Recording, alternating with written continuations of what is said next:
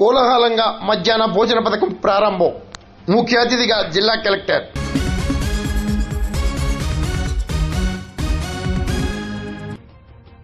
కాకినాడ జిల్లా సమర్లకోట జూనియర్ కళాశాలలో ప్రిన్సిపాల్ లీలా శ్రీదేవి ఆధ్వర్యంలో మధ్యాహ్న భోజన పథకం కోలాహలంగా ప్రారంభమైంది.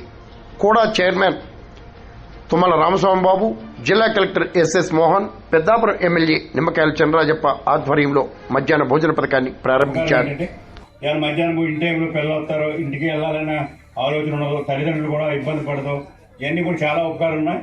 పీస్ఫుల్గా చదువుకోవడానికి అవకాశాలు ఉన్నాయి. దాని ఉద్దేశంతో మన పర్సెంటేజ్ పెంచాలి, అక్షరాస్యత పెంచాలి, ప్రతి ఒక్కరు కూడా చదువుకోవాలి, ప్రతి ఒక్కరు ఉద్యోగాలు చేయాలని ఆలోచనతో చంద్రబాబు నాయుడు గారు ఉన్నారు కనుక చంద్రబాబు నాయుడు గారు ఎడ్యుకేషన్ ప్రాధాన్యత ఇచ్చారు.